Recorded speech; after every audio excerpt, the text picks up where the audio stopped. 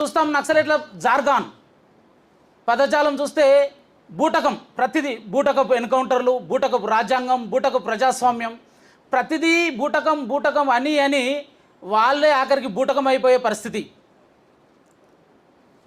బూటకపు narratives, fake నెరేటివ్స్కు ఇవాళ తెరలేపారు. ఒకప్పుడు కళారూపాల్లో సాహిత్య రూపాల్లో ఉండిన వారి ప్రచారాలు ఇవాళ సైబర్ ప్రపంచంలోకి అడుగుపెట్టి ఫేక్ నెరేటివ్స్ను స్ప్రెడ్ చేస్తున్నాయి.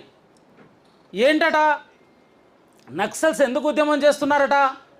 నక్సల్స్ ఉద్యమం చేస్తున్నది ఆదివాసీల హక్కుల కోసమట, పర్యావరణాన్ని కాపాడడానికట, ఖనిజ సంపదను దోచుకోబోయే వాళ్ళను అడ్డుకోవడానికి. ఇది వాళ్ళు చేస్తున్న నెరేటివ్స్ ప్రచారం. మరి ఫేక్ నెరేటివ్స్ని కాక ఫ్యాక్ట్ నెరేటివ్స్ తోటి అడ్డుకోకపోతే అదే నిజమని నమ్మే సమాజం తయారైంది. ఆపరేషన్ కగార్ను ఆపకపోతే కనుక మేము ఆయుధాలు చేత పడతాం, ఇది వారి స్టేట్మెంట్. ఎంతగా వాళ్ళని ప్రభావితం చేస్తున్నాయో మనం అర్థం చేసుకోవచ్చు. వారు చెప్తున్నారు, అర్బన్ నక్సల్స్ చెప్తున్నారు, మేమంతా మిగిలే ఉండగా అంతం ఎలా అవుతుంది అమిత్ షా, నీ ఆపరేషన్ కగార్తో అంతం ఎలా అవుతుంది అనుకుంటున్నావు? అబూజ్ మడ్ తాత్కాలికంగా వశమవుతుంది కావచ్చు, జనతన సర్కార్ జ్ఞాపకంగా మిగిలిపోతుంది కావచ్చు, కానీ యుద్ధానికి ఎప్పుడు సిద్ధమే అంటూ ఒక ఫిజిక్స్ ఫార్ములాను చెప్తున్నారు. Energy can neither be created nor destroyed, it changes from one form to another. అంటే మీరు ఆపరేషన్ కగారు పేరుతో నక్సలైట్లను అణిచేస్తే మరో రూపంలో యుద్ధానికి సిద్ధమని ప్రకటిస్తున్నారు. ఇది అర్బన్ నక్సల్స్ చేస్తున్నది. ఇంకో అంశం, ఇవాళ ముఖ్యమైన అంశం మనం చర్చించబోతా ఉన్నాం, శాంతి చర్చలు. అంతరించిపోతామని తెలిసిపోయిన నక్సల్స్ శాంతి చర్చలకంటూ పీస్ కమిటీలను పంపుతున్నాయి. ఒక పక్క నంబాల కేశవరావు లాంటి ప్రధాన కార్యదర్శి స్థాయి వ్యక్తులు మరణిస్తుండడం, తల మీద కోట్ల కొద్దీ రివార్డులు, వందల కొద్దీ కేసులు ఉన్న అగ్రనాయకులు సైతం లొంగిపోతుండడం, ఇవన్నీ వారిని కలవర పెడుతుండడంతో శాంతి కమిటీల పేరుతోటి చర్చలకు మొదలు పెడుతున్నారు. మరి చర్చలకు ఏంటంట? శాంతి చర్చలట, బేషరతుగా చర్చలకు రారట. శాంతి చర్చలు బేషరతుగా చర్చలకు రారు. ఆయుధాలు విడిచిపెట్టారట, తాత్కాలిక కాల్పుల విరమణట. వాళ్ళ కండిషన్లన్నిటికీ ఒప్పుకుంటేనే చర్చలకు వస్తారట. తెలంగాణలో పండుగ వస్తే కొత్తల్లుని పిలుస్తారు. పిలిస్తే ఏం పెడుతున్నావు, ఏమిస్తావు, పండుగకి ఏమిస్తావు అని అడుగుతారు.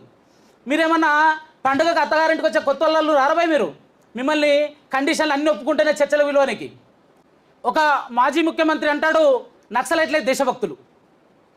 ఇంకో మాజీ ముఖ్యమంత్రి అంటాడు, నక్సలైట్ల ఎజెండానే మా ఎజెండా. అతని కంటే కనుడు ఆచంట మల్లన్న.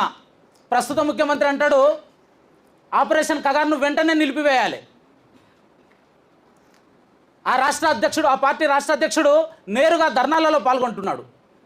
రాష్ట్ర మంత్రులు బేషరతుగా నిస్సిగ్గుగా మావోయిస్టులకు మద్దతు ఇస్తున్నారు. ఒక చేత్తోటి నిషేధం అమలు చేస్తున్నారు, మరో చేత్తోటి వాళ్ళ సిద్ధాంతానికి మద్దతు తెలుపుతున్నారు. ఏంది ద్వంద్వ వైఖరి? ఈ అన్ని పార్టీల ఇజాల నిజం తేల్చే రోజు ఇది. మేధోమదనం ద్వారా వారి ఇజాల నిజం తేల్చేద్దాం ఇవాళ. ఈ శాంతి చర్చల పేరుతోటి సాయుధ నక్సల్సే, ఆయుధాలు కలిగి ఉన్న నక్సల్సే ముప్పు అనుకుంటే, అర్బన్ నక్సల్స్ ఇంతకంటే ఎక్కువ ముప్పు అనుకుంటే, ఈ రాజకీయ పార్టీల వైఖరి మనకు అంతకంటే ఎక్కువ ముప్పుగా పరిగణించింది. నక్సలైట్లను ఎట్లా చంపుతున్నారు మీరు అని అడుగుతున్నారు ఈ అర్బన్ నక్సల్స్. మరి వేలాది మందిని పొట్టన పెట్టుకున్నారు కదా, ఏనాడైనా నక్సల్స్ ప్రశ్నించుకున్నారా? మనం వాళ్ళకు జీవించే హక్కును హరించే హక్కు మనకెవరిచ్చారని ఏనాడైనా నక్సల్స్ ప్రశ్నించుకున్నారా? మరి పొట్టకూటి కోసం పోలీసు వృత్తి చేపట్టి, బతుకు తెరువు కోసం బాటపట్టి అడవులలో తిరుగుతున్న పోలీసులను, శ్రామిక వర్గాల నుంచి వచ్చిన పోలీసులు కదా, మీరు చంపిన పోలీసులలో శ్రామిక వర్గాల నుంచి వచ్చిన వాళ్ళు లేరా? వాళ్ళని చంపినప్పుడు ఈ సోకాల్డ్ ప్రజా సంఘాలు, సోకాల్డ్ శాంతి కమిటీలు ఎన్నడూ అడగలేదేం? రాజ్యాన్ని, అంబేద్కర్ రాజ్యాంగం ఏలాలనా, నక్సలైట్ల తుపాకులు ఏలాలనా? ఒక పక్క అంబేద్కర్ వారసులం అంటారు, ఇంకో పక్క రాజ్యాంగం బూటకం అంటారు. పాము పగైందితో ఒక సుట్టమైంది. వీరు కల్పిస్తున్న కల్పిత ప్రచారాల్లో ఆదివాసీల గురించి వీళ్ళు మొసలి కన్నీరు కారుస్తుంటారు. తమ పోరాటం అంతా ఆదివాసీల కోసమే, పర్యావరణం పోరాటం అంతా ఆదివాసీల కోసమే, పర్యావరణం కోసమే, ఖనిజ సంపదన కోసమే. నేను ఈ వేదిక నుంచి అడగదలుచుకున్నా, మరి మీరు ఆదివాసీల కోసమే, దళితుల కోసమే, గిరిజనుల కోసమే ఉన్నట్లయితే కోవట్లు, ఇన్ఫార్మర్ల పేర్ల మీద దళితులను, గిరిజనులను ఎందుకు చంపుతున్నారు? సల్వాజుడుం కార్యకర్తలను కిరాతకంగా చంపింది మీరు కాదా? రాధా అనే దళిత మహిళను అత్యంత అమానవీయంగా చంపి రోడ్డు మీద పడేయడం నిజం కాదా? మరి దీన్ని ప్రశ్నించడానికి ఈ మేధావులకు నోరులు ఎందుకు రావడం లేదు? ఆదివాసీల జల్ జంగిల్ జమీన్ పోరాటానికి మద్దతిస్తున్నామని చెప్పుకునే నక్సలైట్లు ఆదివాసీలకు పోరాటం నేర్పేటంత టోళ్ళైనరా?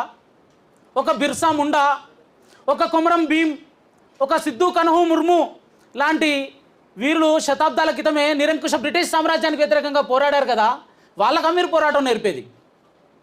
ఆదివాసీల పోరాటం అనేది వాళ్ళను ఒక షీల్డ్గా పెట్టుకొని బతికి బట్టగట్టడానికి అనేది. మనం మావోయిస్టులం అని చెప్పుకునే వాళ్ళు మావోనన్నా ఫాలో కండి, మిగతా వాళ్ళని ఫాలో కాకపోయినా పర్లేదు, మావోయిస్టులం అని చెప్పుకుంటున్నారు కదా, మావోను ఫాలో కండి అని ఒక గుర్తు చేస్తూ ఒక చిన్న సంఘటన చెప్పి ముగిస్తాను. చైనాలో లాంగ్ మార్చ్ జరుగుతున్న సందర్భంలో అమెరికా నుంచి ఒక జర్నలిస్ట్ ఎడ్గార్ స్నో అనే జర్నలిస్టు మావో జడాంగ్ను కలుస్తాడు. మావో జడాంగ్తో ఇన్ని ప్రాణాలు పోకుండా విప్లవం సాధ్యం కాదా అని ప్రశ్నిస్తాడు.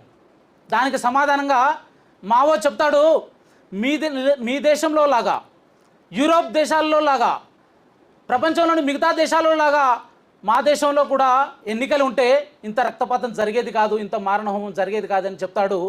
ఈ విషయాలన్నీ ఎడ్గార్ స్నో తన రెడ్ స్టార్ ఓవర్ చైనా, చైనాపై అరుణతార అనే పుస్తకంలో సవివరంగా రాశాడు. మావోయిస్టులు అని చెప్పుకుంటున్నందుకు మావోనన్న ఫాలో కండి అని సూచిస్తూ నాకు ఈ అవకాశం ఇచ్చిన ఎంఎంఐ